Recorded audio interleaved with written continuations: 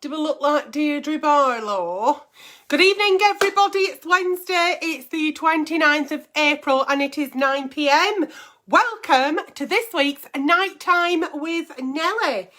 I do often ask Alexa what day it is, but I don't actually trust her. So I have to always double check because she's a bit of a lying bastard, especially with the weather. How are we all this evening? Are we all well? Give me a like, give me a love, give me a share. Let me know in the comments where you are watching me from. I'm still rocking the roots, as you can see.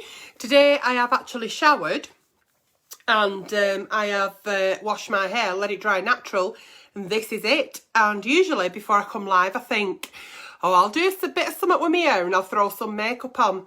No, I've done nothing this evening because I've been sat downstairs and I started binge watching Gangs of London. It is well good, very violent, but well good. Because I just finished binge watching Afterlife with Ricky Gervais. Watched all of series 1 ages ago. Couldn't wait for series 2 and binge watched it all. It was brilliant. Hello, Sophie Benson. Good evening, Helena Hoyle. Hi, Karen Robinson and Whitney Maddox.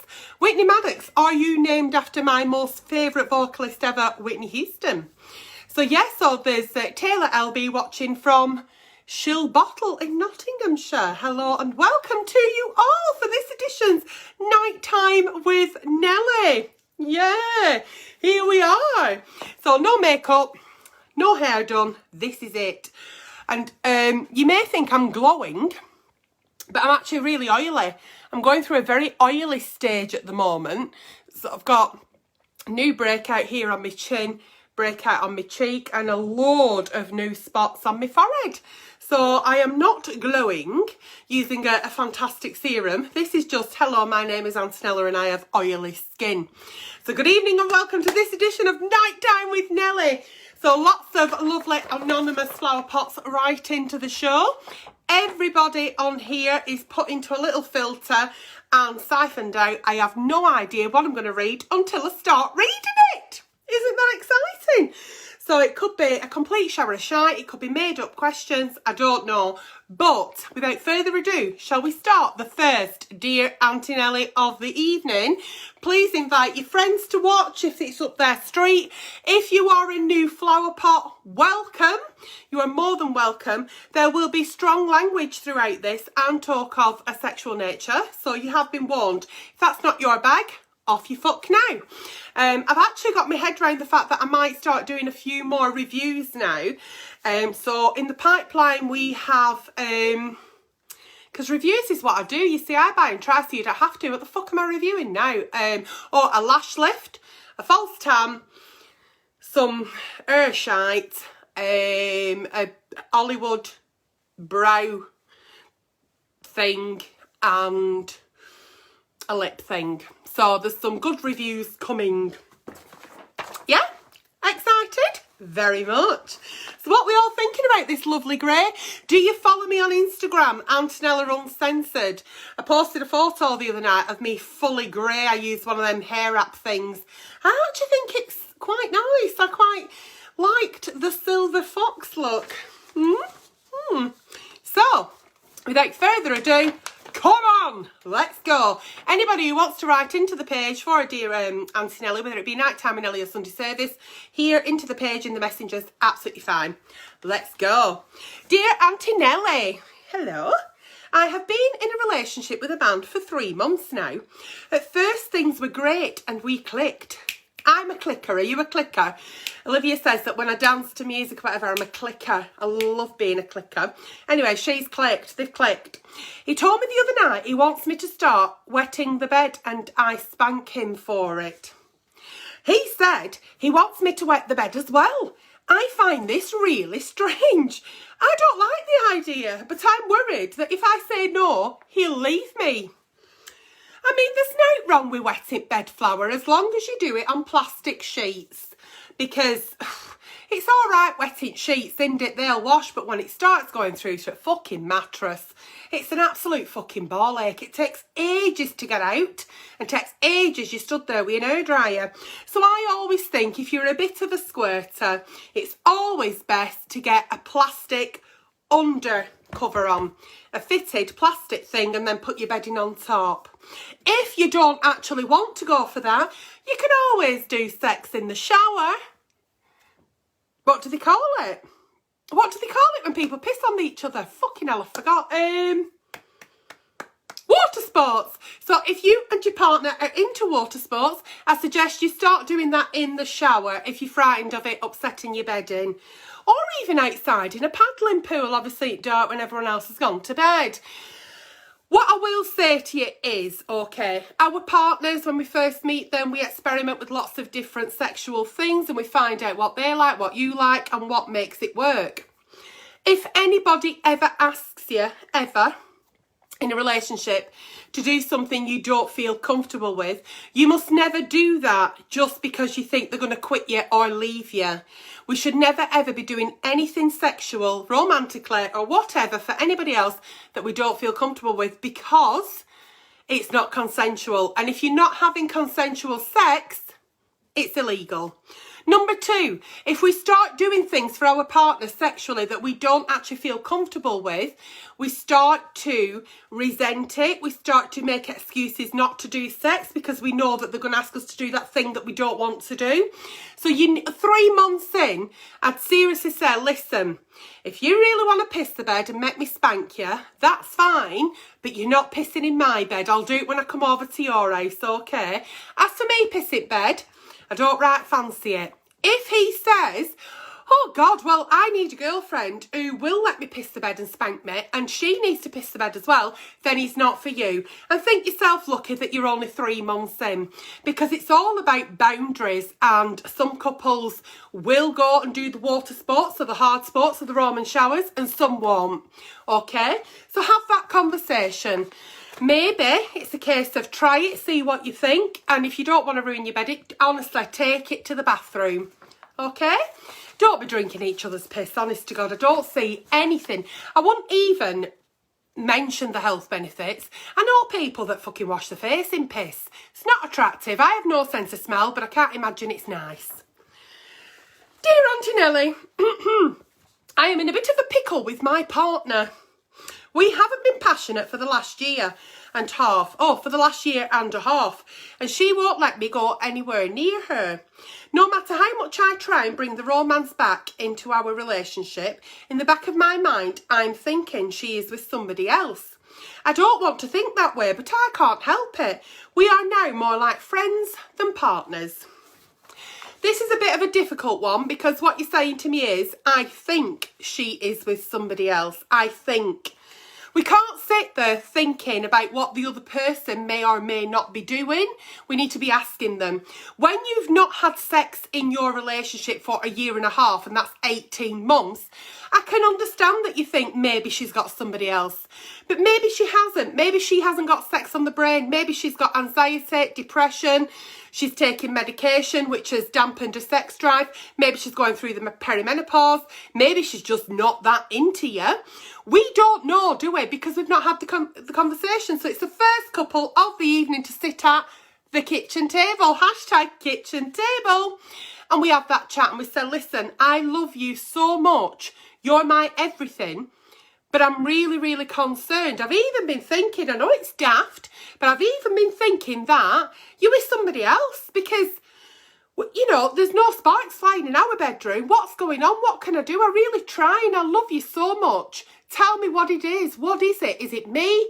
Is it something you're going through? How can I help you? So it's about showing love and support to your partner because we don't know why things go through a bit of a dry spell sometimes, and they do. Sometimes we work different shifts to our partner, so we're like ships in the night. Sometimes we go through a period where we're not that tickety-boo. We've either got anxiety, depression, we're going through some sort of medical thing, we're taking medication that's not making us feel quite right. Sometimes in ourselves we don't feel right, so we don't feel very sexy. And because we're not feeling right, we forget about about the other person. So I think it's definitely a conversation that you need to be having sooner rather than later. I will advise any couple, when they go through a patch of they've not had sex for 6, 8, 10 weeks, little alarm bells will go off, because you're in a relationship, you're together, there should be intimacy. Now, that doesn't mean to say that it has to be penetrative, but you need to have some sort of intimacy that singles you out from what other sort of thing you're having with other people. So I think it is quite a long time, 10 weeks up to 3 months. 18 months is ridiculous. Once things go from 8, 10, 12 weeks, they sort of become the norm. So I think once you've gone 18 months, she probably thinks it's absolutely fine and normal. It's not. So rather than writing into me and telling me about it, sit them down at the kitchen table and say to her, I love you so much, what's happening? She may say, I don't feel right good, I don't feel right sexy, you piss me off, you know, I've been taking some tablets that they're making me feel bloated, or whatever it may be. Have the conversation, because it's okay thinking, but believe me, the things we start thinking are nowhere near the truth. Okay? Dear Auntie Nelly, I love it when they start with, well, I've got a bit of a weird one. Oh dear God, here we go. I have met this guy on a dating site and we have been chatting for, I guess, maybe almost 2 months. He's just awesome. Not what I'd consider my normal type, but currently going through a second divorce. I guess my choices in men were previously lacking. I'm 47, he's just turned put me teeth in, 56. Due to the lockdown, we just missed out on meeting for the usual coffee date to check each other out. Anyway, do you think it's possible to fall in love with someone who you've never met? Or even likely to meet at this rate? I'll be gliding down for a coffee on my fucking Zimmer frame if this carries on. Take it easy. Okay, so that's not really a night time with Nelly, but I've read it out now, so a problem shared is a problem solved. I think what you're saying is you'd really like to get to know this man more and you're dying to go on a date with him. What's wrong with FaceTime? Can you not FaceTime? You are my age. Oh no, you're 1 year older, you're 47. So I'm sure that you know what FaceTime is. So why don't you say, and for anybody out there who is doing Tinderella or Plenty of Fanny or whatever it may be, that Match.com, don't do shit like that, you have to pay for it. Then I always think if people are paying for it, they're actually quite serious and they're not going to catfish you. But then again, that's a different story and a different show. Yeah, if anybody's talking, doing that, we're just talking, I'm just talking to someone, everyone seems to be fucking talking to somebody. Why don't you say, can we do a FaceTime one night and get dressed up, do your hair, do your makeup, get glammed up, get a bottle of wine, or a gin and tonic or a pint of Guinness, whatever your tipple is, and have a little chat on FaceTime, see how you connect. You know, just because we're in this situation and it's such uncertain times and it's not normality for anybody, why don't we just like try and think outside of the box and definitely do a FaceTime one night and see how that goes. So moving back on to Dear Auntie Nelly's, yeah? Okay. If there are any trolls on here tonight, by the way, if you let me know, because I now have a special button that Facebook have added for me that I can just fuck them off straight away. And I wish I could show you, but I can't. But the button actually just say, off you fuck. Ha! So I was like, which button do I press? They were like, that one. I'm like, oh, I can't see it. So it says, off you fuck. Dear Auntie Nelly, can you please give me some advice on nighttime with Nelly? Oh my God, yes I can. It is what I do. Obviously, anybody watching this show, if you're a first time watcher, or for anybody else, listen to this. If your problem is serious and you think you may need to seek medical attention, then please do. Okay, if you've got like green gunk coming out your dick or your fanny smells of Fleetwood Docks, I'm not the person to come to. You need to seek an actual medical professional. Yeah? Okay. Can you please give me some advice? I can. I have been with my boyfriend for 4 years and I love him very much. We live together with my 15-year-old daughter and have a joint mortgage. I hope this is not fucking War and Peace. I can't stand fucking War and Peace. I've not turned page yet and I know where this is going. It's like a fucking book. 2 weeks ago I looked in his phone and found that he had joined a gay sex site. Oh, he was arranging to meet up with a man who dresses in women's underwear. They haven't met up yet because of the virus. And the only woman in the world that's happy for COVID-19. I was shocked, so ended the relationship. But he didn't want us to finish and told me he loves me very much. He was just being curious. He has offered to have some counselling so we can stay together. We have a very good sex life, so I'm very upset and don't know what to do. How can I ever trust him again? Please help. I don't think you fucking trusted him in first place, because you've put 2 weeks ago I looked in his phone. If you trusted him, what were you looking in his phone in first place for? I always think, right, when we start being suspicious of our partners, there's a trigger, a red flag somewhere that makes us think he's up to no good in that little shit. When he's out of the room, I'm going to look through his phone. So now that you've found what you were suspicious about, now you've upset yourself, haven't you? It's like putting your finger in the fire and thinking, I wonder if it burns. Yeah, it fucking does, like a bastard. You've brought this all on yourself, haven't you? And I always say to people, be very, very fucking careful when you look through other people's devices, when you infringe on other people's privacy, because you probably find what in the back of your mind and your gut were telling you might just not be quite tickety-boo. You probably didn't think he'd joined a gay site and wanted to fuck a man in woman's underwear, because you're probably thinking, but why I wear woman's underwear? What's going on? Well, he's curious, he's bi-curious, and he's been honest about that. He doesn't necessarily want to get rid of the relationship between you two because you're in a healthy relationship, but you're not really because you don't trust him. So when he says, I'm happy to go for counselling, hi Nelly, please go back to your different colour, Susan. I don't know about you, Susan, love, but I'm doing this thing at the minute called stay home. In order to stay home, I'm staying safe, and I'm not just saving my life, I'm saving yours. So my roots are really not a fucking issue at minute, sweetheart. I think the NHS have a bit more on the plate than me worrying about what fucking colour my hair is. Is that all right, Susan?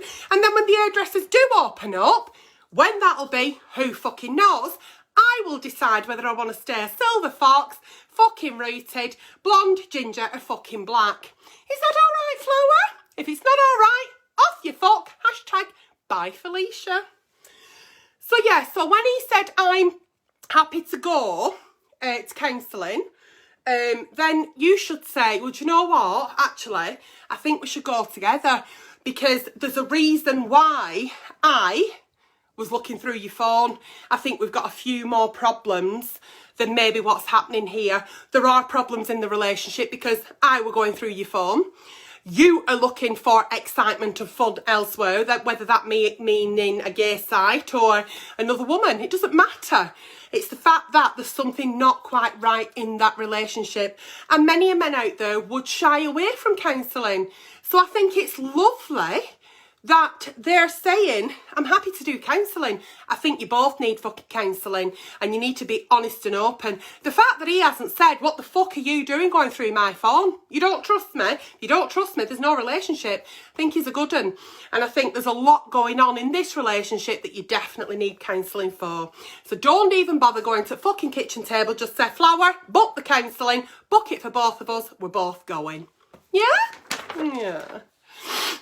Fortnight time with Nelly, sending again as I've not had a response. It's not like me to keep my gob shut, is it? I have. I just lost a few flower pots. Face, bothered. No, face is very oily. I've told you I've had a massive breakout. Oh, fucking hell. Nelly, I had no response. I'm writing in again. I've been seeing an older guy for a few months. The sex is absolutely great, but I have a little problem. Oh dear, it's not one of them, is it? He's introduced me to rimming. Oh, or as he calls it, tongue fucking my arse. Oh, I've never let anyone do it to me before, and now I love it. I can't get enough. The problem is, I have OCD, and I'm constantly worrying when he goes down to do it that I'm not clean. So I am enjoying it as much as I could be, but I know I would enjoy it better if I knew I was clean. The reason I worry is because he likes me fingering his ass too, and afterwards, on occasions, it's been a bit messy. I guess it's to be expected, as it is the shithole. Is there any advice you can give me to ensure I'm as fresh as a daisy in that area?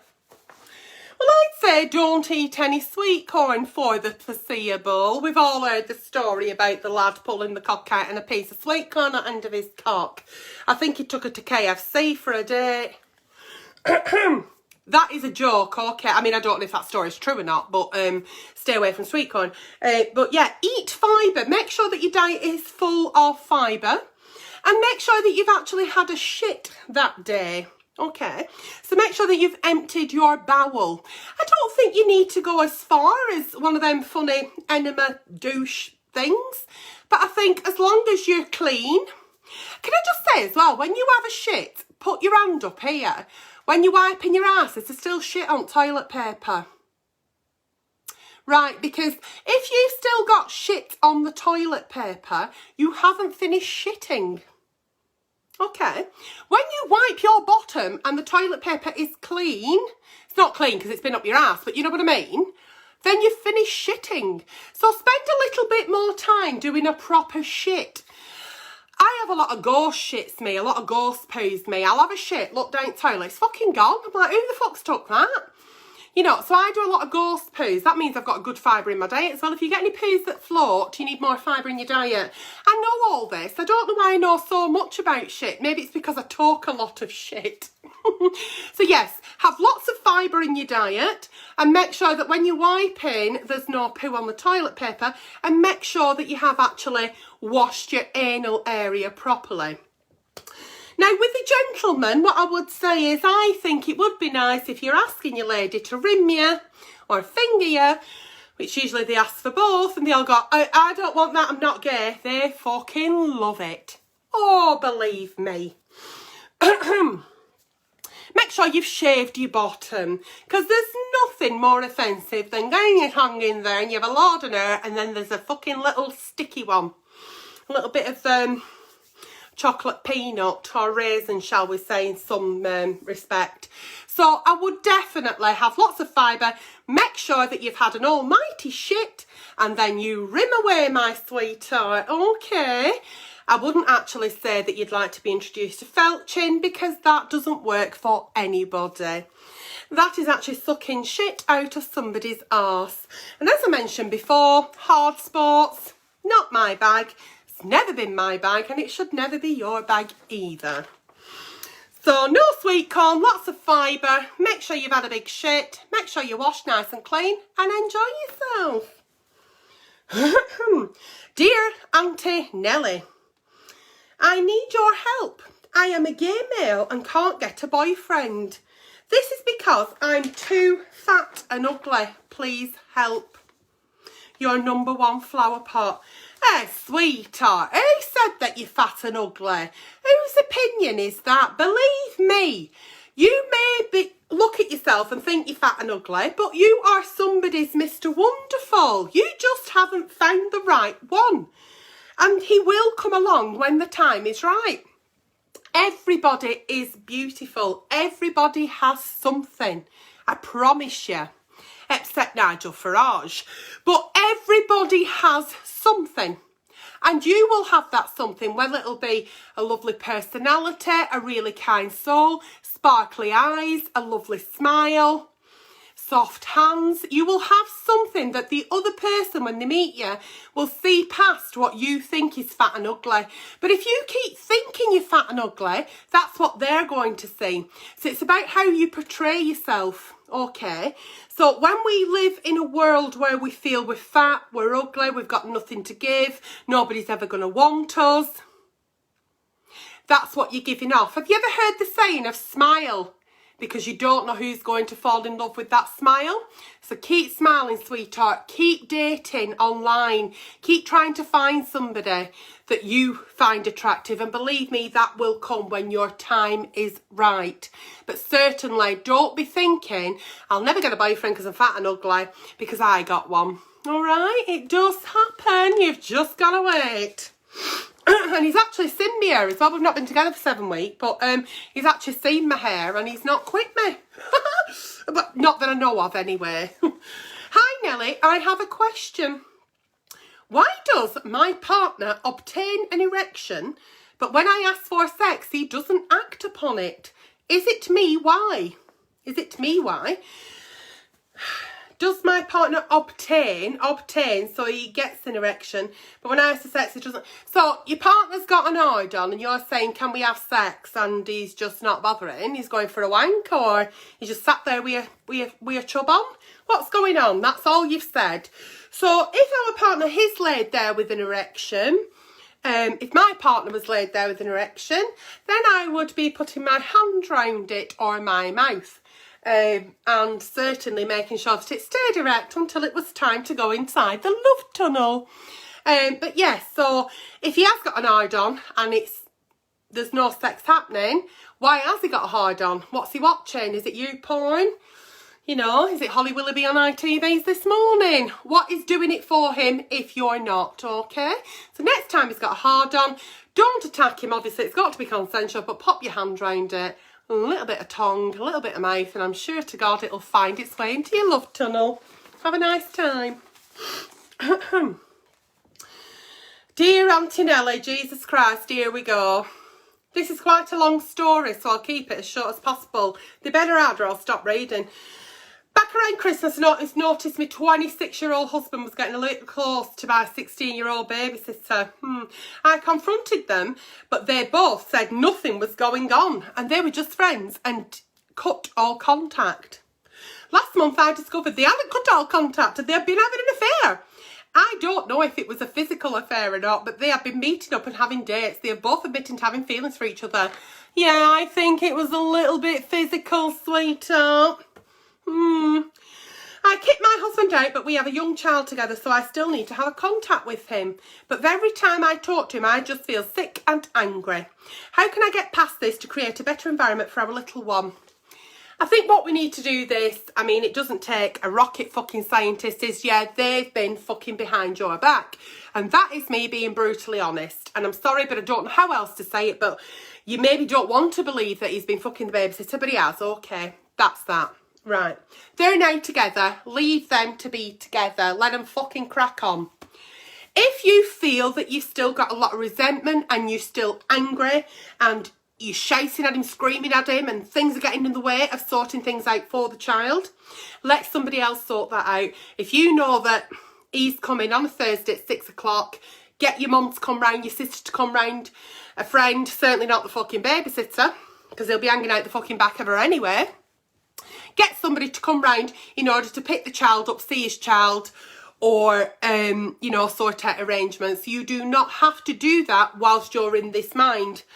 Believe me, in a few months' time, sweetheart, you'll look back and wonder what you were fucking bothered about. He cheated on you, he'll cheat on her.